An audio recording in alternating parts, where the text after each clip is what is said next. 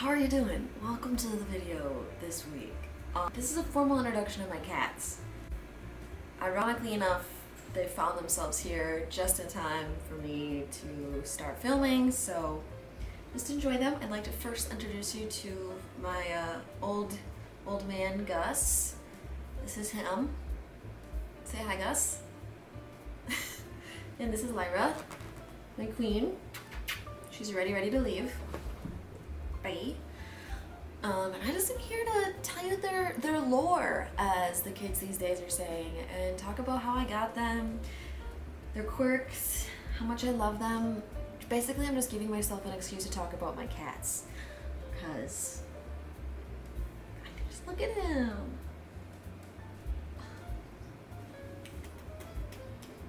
W. Just cringing at myself slowly, but without further ado, let's just get into this. It's gonna be like a story time, but story time about my cats. Because, yeah, Gus is about 11 years old now. This year, around June, he was adopted. They both were, so I mean, age is kind of just like a reference point. But he was a kitten. When we got him, my family actually was who adopted him, because I would have been 16 or 15. I don't even know how old I was. Early teens, mid-teens, when we adopted him, and he lived with my family for that period of time. He hung out with our dogs a lot. I've dug through like a bunch of old photos and found some of him. This is my childhood dog, Max and Gus snuggling. They like loved each other. Then when Max passed away, we got another dog named Buddy.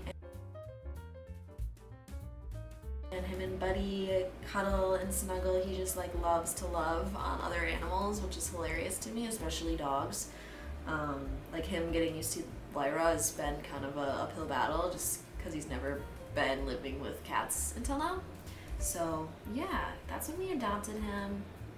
He's kind of slow in comparison to Lyra, like, you know, just loves to love, not really like learn things or be super smart assy. He's pretty much just a chill snuggle bug. And how did I acquire him, you might ask, if my family adopted him? Well, you see, when I lived in Duluth, going to school there, I lived with a roommate who had a cat. And when that cat moved out, I didn't realize how much I needed to live with a cat until he moved out. So I was without an animal in home for a while, and it was super depressing and sad. And I was kind of going back and forth with my mom on ideas and just like going to humane societies to adopt a cat. And then she kind of just came out of the blue and was like, why don't you just take the one we have? This guy. So that's exactly what I did, is I took Gus up to Duluth with me, and he was absolutely terrified because it was Christmas, so it was winter, and the plows were going by on the street, and he has never heard street noise really, because my parents live in such a quiet neighborhood. But he acclimated probably in like 2-ish months in that apartment, and once he got his stuff figured out, he thrived there. He loved it, I think. And then we moved back home, and now he's here in Chicagoland, and he got acclimated to this apartment like nothing. It was the day I moved in, he was exploring, wandering around, where when I brought him to Duluth, he just hid under my bed for like a week. So, you know, he's grown. He's overcome a lot. And he has had the most medical procedures I know of a cat. He first ate a piece of foam sword, or like Nerf foam, I don't even know what it was, a piece of foam, got lodged in his intestines like weeks after we adopted him. It was on 9/11, which was also my driver's test, and his stomach surgery. So this all happened in the same day, because when it rains it pours. But yeah, that was like the first thing. Then I don't know if you just saw, but he only has half of his teeth because the other half rotted out. He used to be known for his snaggletooth. I think I have photos of that as well. It was kind of hanging out and rotting out. His breath smelled like pure asshole, and he was in a lot of pain, so it was nice that my parents were able to cover that procedure, because it was a hefty cost for a college student. What else?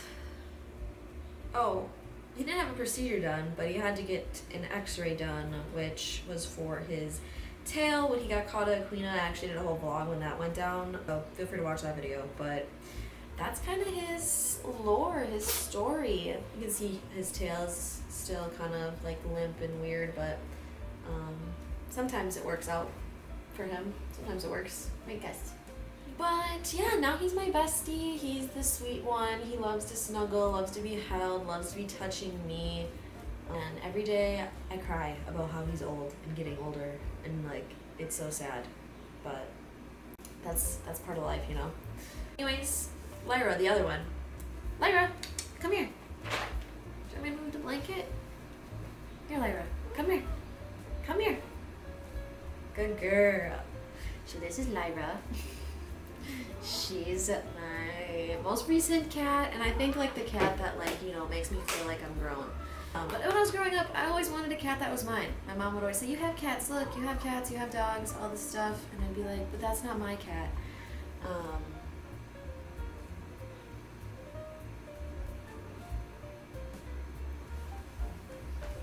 Freaking intermission. Intermission, sorry. Back to my sweet girl Lyra. Let's see. I always wanted a cat. That was something I knew I wanted forever. And when I finally moved into a place on my own for the first time, I was like, bet, this is gonna be my opportunity to finally adopt a cat. So when I moved here, I started looking around, and I saw her and this other cat that I went and visited. And the other cat had a lot of behavior problems, and it was black, and I felt really like obligated since, you know, like Halloween time, and like people don't adopt black cats because they have like superstitions or whatever. And so I was like, this one just needs me to love her, but I was worried about Gus because I knew he was kind of timid, and I didn't know how he would do with the more aggressive cat with behavior issues. And when I met Lyra, she was super friendly, like crawled right up on my lap and laid down, which is so not like her now, but in that moment, she was putting on the show for me, you know. And I adopted her that day, took her home that day. It was kind of crazy. Had my little bubble backpack, and I put her in, and I brought her home, and I thought that I was gonna have to, you know, keep the new cat separate, that it'd be like, you know, hide under the bed for a week situation. And that was totally not the case at all. It was literally Gus still hiding under the bed for a week while she free roamed the apartment. And yeah, pretty much made home right away, which has been super fun. But she's actually insane. I call her my cat dog because she greets me at the door. She does a bunch of tricks. She's super smart, too smart for her own fucking good. And yeah, I don't know. It's that like calico tortie, whatever the fuck she is, that I think makes her just extra spicy and smart and sassy. But her and Gussie boy get along now better, and soon enough she'll warm up to his loving tendencies. But for now, they just kind of stare at each other and lay really near each other, or they'll bump butts, like they'll bump backs to each other. But no serious snuggles yet. But yeah, I just want to include some, you know, other footage of them here after all this, and just like their play. I'll probably show you the tricks that Lyra can do, because who doesn't want to see a cat that can do tricks? At least the ones she knows now. Welcome to the trick zone. I just want to set up the angle so it's like this, so you can see them do the tricks, but I just wanted to let you know what this is. You guys ready to do some tricks? Come here. Come here. Oh, look at you sitting so good already. Good sit. Lyra, can I get a meow? Can I get a meow? Meow. Meow. Can I get a meow? Lyra, can I get a meow? Meow. Good boy, Gus. Good sit. Good sit, Gus. Lyra, up. Up. Good girl. Good girl. Good boy. Alright, this is the newest one. You ready? Lyra, can you spin? Spin. Spin. Spin. Come on. Spin. Oh, good girl. Here you go, Gus. Good girl, Lyra. Can you do paw? Paw? Oh, good girl. Gus, can you spin? Hey, Gussie. Oh, good spin, Lyra. Good spin. Oh, good sit, Gus. Good sit. Lyra, can I get a meow? Good girl. Good. Can I get a meow? Good girl. Gus, can I get a meow? Gus, can I get a meow? Gus, Can I get a meow? Gus? Lyra's like, I'll do all the tricks. I'll do all the tricks. Say hi. Say hi, I'm really smart. Hi, I do cool tricks. If I was a flower growing wild and free, all I'd want is you to be my sweet honeybee. And if I was a tree growing tall and green, all I'd want is you to shade me and be my leaves.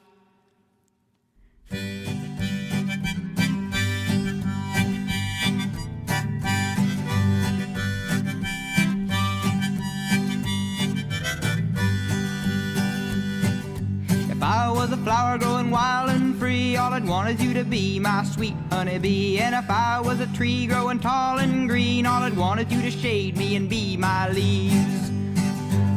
All I want is you, will you be my bride? Take me by the hand and stand by my side. All I want is you, will you stay with me? Hold me in your arms and sway me like the sea.